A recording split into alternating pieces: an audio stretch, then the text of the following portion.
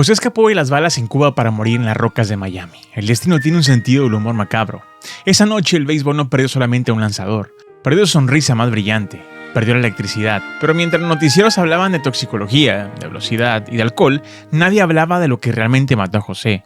Porque verás, cuando pasas tu vida entera desafiando la muerte y ganándole, empiezas a creer una mentira peligrosa. Empiezas a creer que las reglas de la física no aplican para ti. Fue imprudencia, sí, pero también fue la consecuencia inevitable de un hombre que nunca aprendió a tener miedo. Hoy vamos a reconstruir no solo la noche del accidente, sino la mente del niño que creyó que podía caminar sobre el agua. Para entender la muerte de José, hay que entender cómo sobrevivió. Santa Clara, Cuba, un lugar donde soñar es un acto de rebeldía. José no nació con un guante de oro, nació con una sentencia.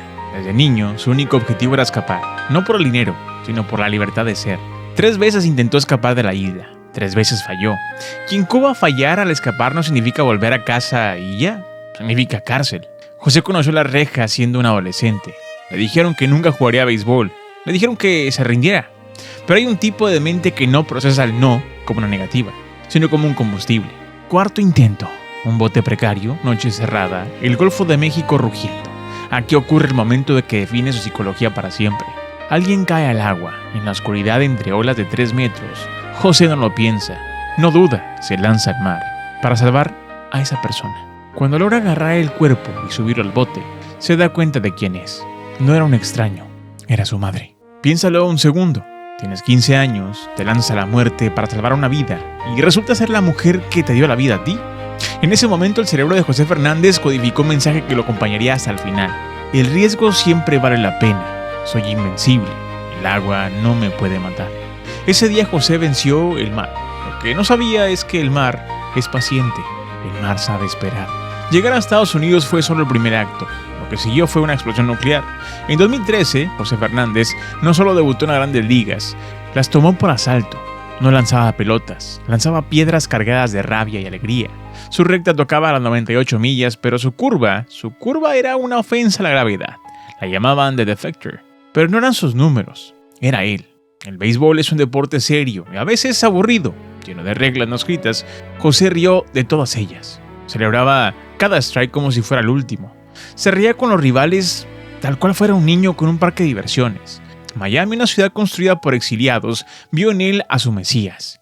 Él era la prueba viviente de que el sufrimiento tenía recompensa. Y cuando su abuela logró salir de Cuba y verlo lanzar, el círculo parecía cerrarse. Tenía fama, dinero, tenía amor, iba a ser padre. Parecía un guión de Disney, pero la vida real no tiene guionistas piadosos. La vida real tiene entropía. Y José, detrás de esa sonrisa de $1 millón, tenía demonios que el éxito no podía callar.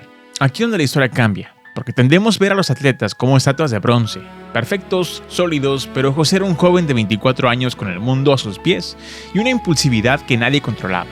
Esa impulsividad que lo hizo saltar al mar por su madre o lanzarle una recta al mejor bateador del mundo, esa misma impulsividad necesitaba escape. Requería adrenalina y cuando el estadio apagaba las luces, el silencio es ensordecedor. Sábado por la noche, una discusión, frustración, lo normal en la vida de cualquier joven, pero José no era cualquiera. Llamó a sus amigos, quería salir al mar, quería sentir el viento, la gran velocidad, la libertad. Varios le dijeron que no, estaba oscuro, era peligroso, pero recuerda, José es el chico que venció el mar, que él iba a hacer un paseo nocturno. Subieron al bote, a música alta, la velocidad subiendo. El informe toxicológico después hablaría de alcohol y otras sustancias. No lo digo para juzgarlo, lo digo para humanizarlo. Estaba buscando sentir algo, o quizás dejar de sentir algo. 3 AM. El rompeolas de Government Cut es una trampa de rocas negras, invisibles en la noche sin luna. El bote viajaba a más de 65 millas por hora. No hubo tiempo de frenar. El impacto fue devastador. José, Emilio Macías y Eduardo Rivero murieron al instante. El rey de Miami, el niño que sobrevivió a los tiburones y a las balas, murió a unos metros de la ciudad que lo coronó. No fue en un juego, no fue de viejo, fue en un instante de caos absoluto. Muchos dijeron que desprecio de talento, otros dijeron fue su culpa, pero yo veo algo más. Veo la tragedia de la invencibilidad. José vivió 24 años creyendo que si aceleraba lo suficiente, podía escapar de cualquier cosa, de la pobreza, de la tristeza, de los problemas. Pero hay un muro contra el que todos chocamos eventualmente. Esa noche, José no estaba siendo estúpido, estaba siendo José. Estaba viviendo al límite, porque el límite era el único lugar donde se sentía vivo. Miami lloró como pocas veces ha llorado. El equipo jugó días después y Dee Gordon, usando el casco de José, conectó un jonrón llorando. Fue como si el universo pidiera disculpas, pero el jonrón no trajo a José de vuelta. Hoy queda una estatua, queda el recuerdo, queda una lección brutal que a menudo olvidamos. Creemos que tenemos tiempo, creemos que somos los protagonistas de una película que no puede terminar mal. Pero la vida es frágil, tan frágil como un bote de fibra de vidrio contra una roca de granito. José Fernández vivió más en 24 años que la mayoría en 80. Amó con furia, lanzó con fuego y murió como vivió, a toda velocidad. Pero su historia nos deja una pregunta incómoda a ti y a mí, que seguimos aquí. Si tu luz apagara esta misma noche, ¿habrías vivido con la intensidad con la que José lanzó esa pelota? O peor aún, estás acelerando hacia un muro invisible, creyendo que eres inmortal. No esperes el 9º inning para empezar a jugar de verdad. A veces el juego se acaba en la tercera entrada.